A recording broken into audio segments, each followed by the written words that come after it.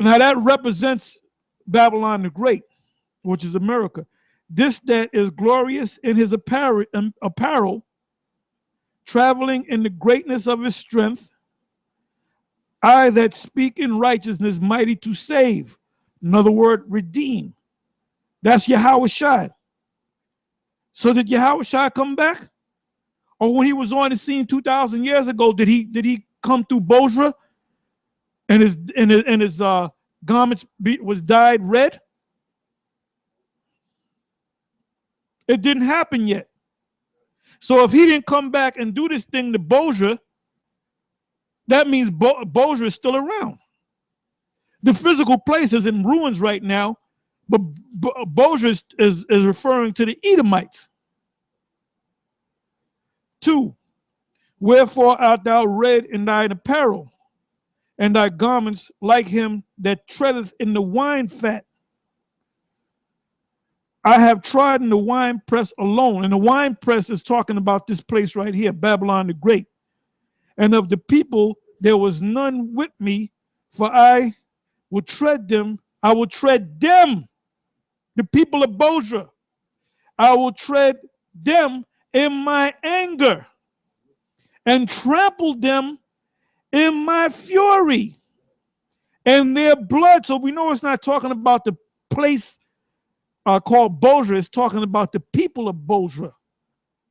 And their blood shall be sprinkled upon my garment. So we know that that wine press is talking about what? You the grapes that Yahweh Shai going to trample on. Is he going to physically do that? Is he going to physically come down as a giant man and start stomping on you? No. It's parabolic. It's talking about him bringing this destruction. And their blood shall be sprinkled upon my garments, and I will stain all my raiment. This is parabolic talk, and this is a future prophecy, which means it hasn't taken place yet. 4, for the day of vengeance is in my heart, and the year of my redeemed. What does it mean by the year of his redeemed? He's not just going to get vengeance. He's going to come and buy somebody back. He's going to buy the children of Israel back. That's what redeem means, to buy back. The year of my redeemed is come. And I looked, and there was none to help. And I wondered that there was none to uphold. Therefore, mine own arm. Now, when he comes back, he's going to be accompanied by the angels. But he's coming in his force. They're going to be in agreement with his force. That's what it means. He's coming by himself. He's going to give out that order, and they're going to do work. It says, therefore, mine own arm brought salvation unto me, and my fury, it upheld me. And I will tread down, the people. What people? The people of Bozrah, the Edomites. 6th verse again. And I will tread down the people in my anger and make them drunk in my fury, and I will bring down their strength to the earth. And I'm thinking about Revelation. Somebody give me Revelation 12. Because really it's going to be a battle up in the heavens. So somebody get that. Yeah, this is the book of Revelation chapter 12. And I start at the 1st verse. Yeah, that's what they do in these churches, boy. They take scriptures like this and totally mangle them because they don't have the oil. It says Revelation 12:1, and there appeared a great wonder in heaven, a woman clothed with the sun and the moon under her feet, and upon her head a crown of 12 stars. Now that woman represents the nation of Israel, because the Catholic Church tries to say that that's Mary. That's not Mary. That's dealing with the nation of Israel, because it has the moon under her feet, which represents understanding. She's clothed, the sun represents wisdom, and on her head was a crown of 12 stars. Those 12 stars represent the nation of Israel. Now, what the Lord was showing the Apostle John was what happened to Israel back during the time of when the Flavian dynasty was in rulership. Yeah. Quick precept for you, Jeremiah 6:2. I have likened the daughter of Zion to a comely and delicate woman. That's right.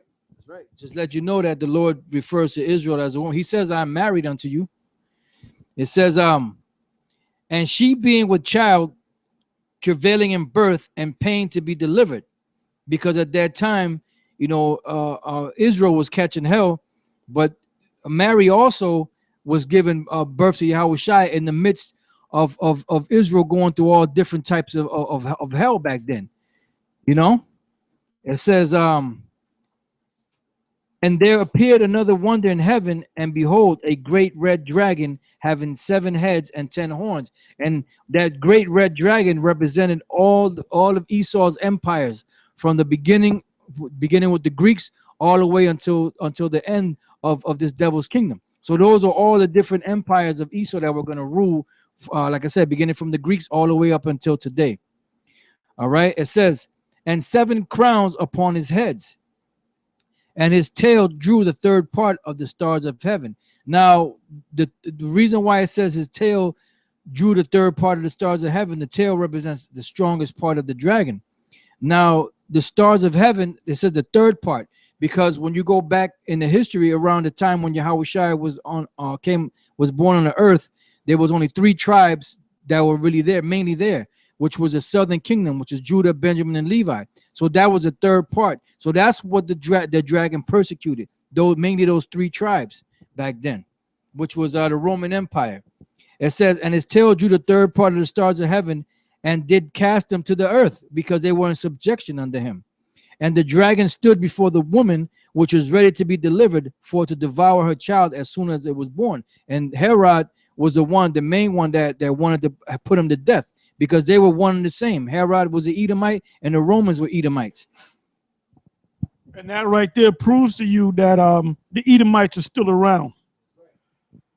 So when did Obadiah, the 18th verse, which is a chapter long, the 18th verse, take place?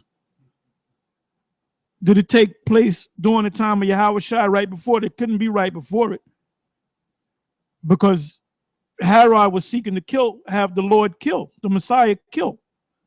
So it ain't talking about then. And then let's deal with from 2,000 years ago up until now, the children of Israel, the 2 kingdoms didn't come back together. This is the time that the children of Israel, pursuant to Isaiah the 10th chapter, 11 verse on down, how they're going to come back together. Matter of fact, hold that on deck, somebody. Apostle Kabar, just hold that. Matter of fact, just read it real quick. So you can't get around it, man. Isaiah. Because if that's the case, Herod is an Edomite. So how come he wasn't extinct? And his peoples.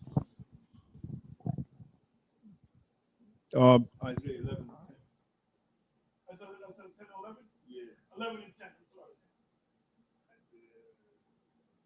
11 and 10, yeah. Isaiah 11 and 10. And in that day there shall be a root of Jesse, which shall stand for an ensign of the people.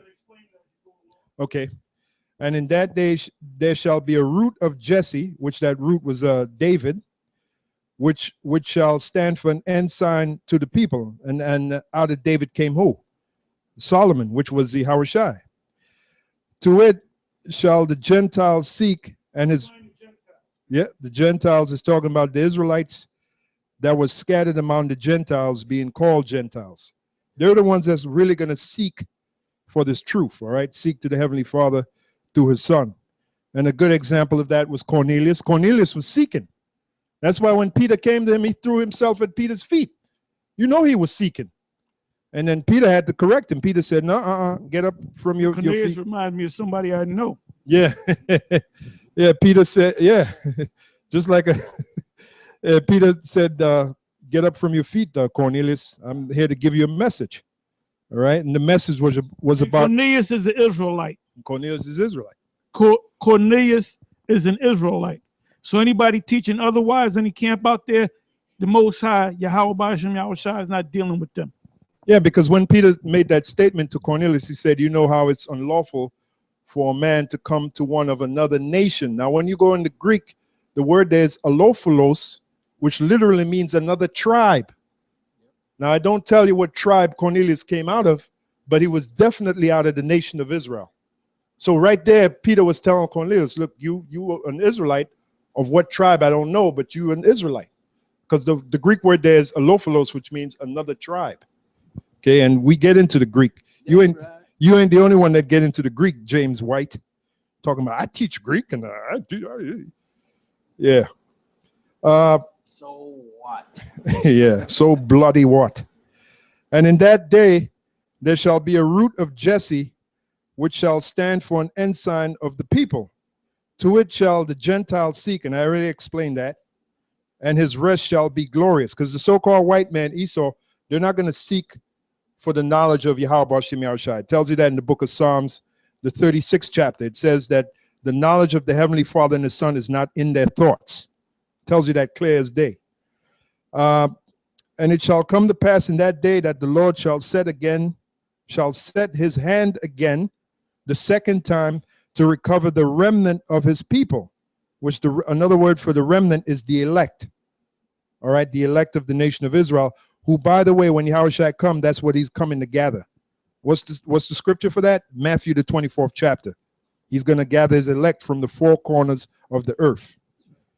That the Lord shall set his hand again the second time to recover the remnant of his people. And he's doing that now, which shall be left from Assyria and from Egypt and from Paphros and from Cush. This is where all the Israelites are scattered. Cush represents Ethiopia.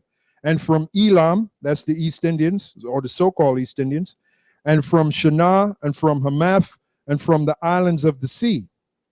And he shall set up an ensign for the nations, and shall assemble the outcasts of Israel. Now, a good example of that ensign is the fact that this truth is on the internet. That's part of that ensign. All right, Psalms, the 19th chapter, how the Lord say he's going to use the firmament, roughly paraphrasing, it says the firmament showeth the Lord's handiwork. This is the ensign. All right, not just us here at even those other groups, which they're not teaching the full 100% truth like we are, but they're helping to push that ensign because they're teaching about Israel.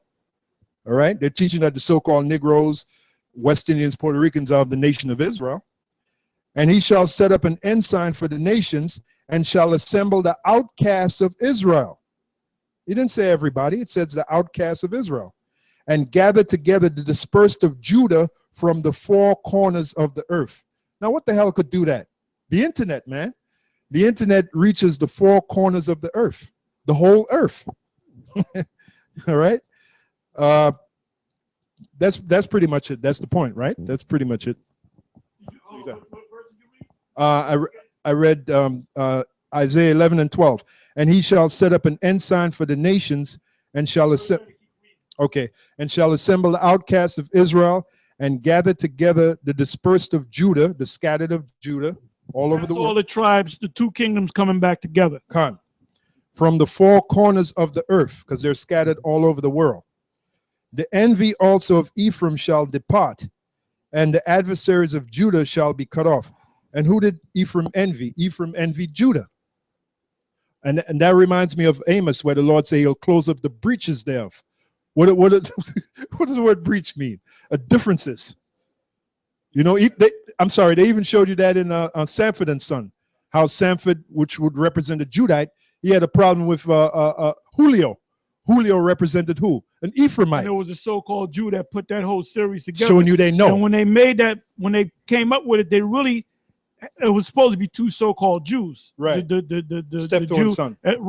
Steptoe and son. Exactly. Right. But then they said, well, wait, the director said, look, the people that put this together, they said, look, let's get some real Jews to do it. Because they knew. They've been new, man. Yeah, of course. Of course, yeah. The envy also of Ephraim shall depart. That's why they don't put us on the major networks. If we're a bunch of clowns like they say we are, then put us on the major networks.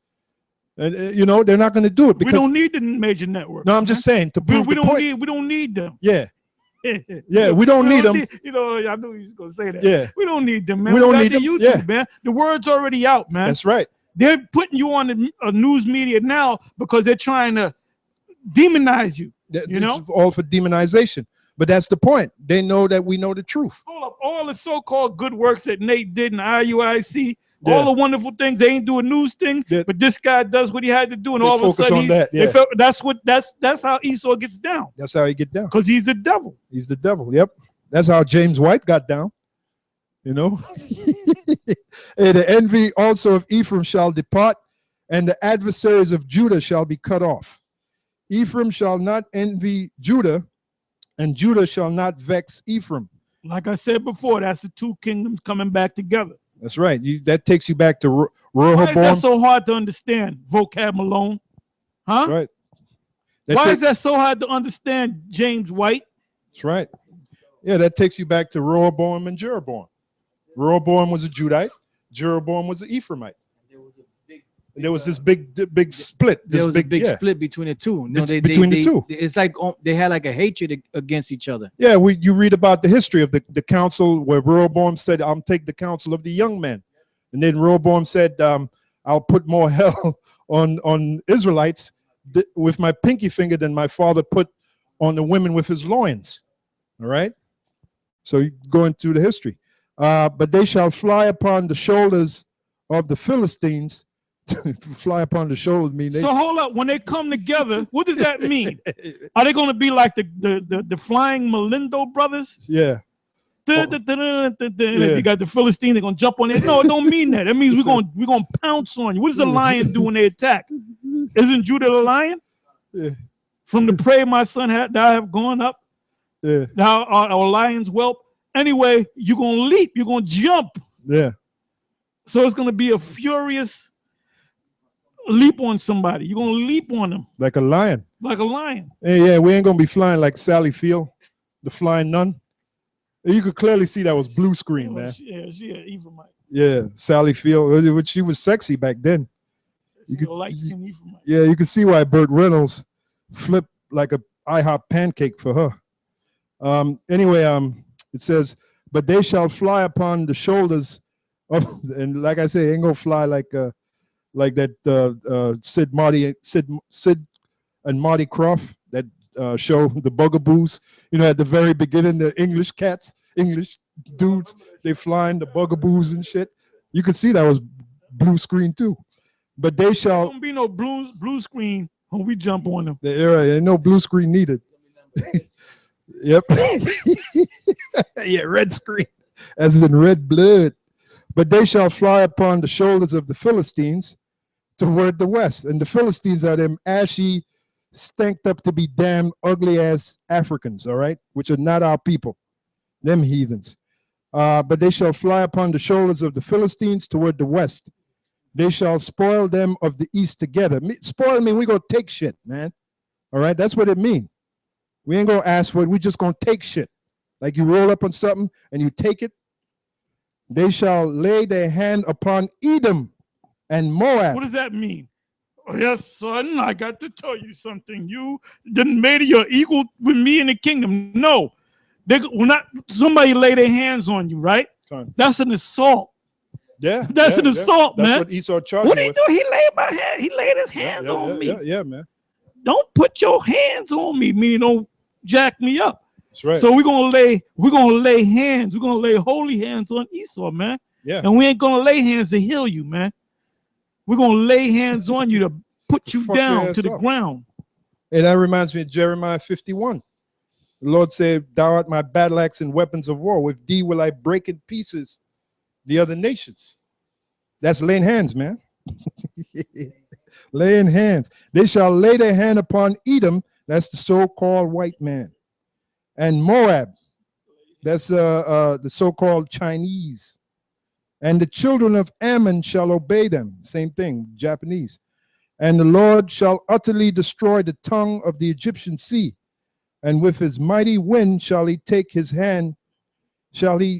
hand over the river, and shall smite it in the 7 streams, and make men go over dry shod. And that's like kind of like a parable of the Lord coming back with those chariots with the angels. And it tells you in the prophecy, the slain of the Lord shall be many.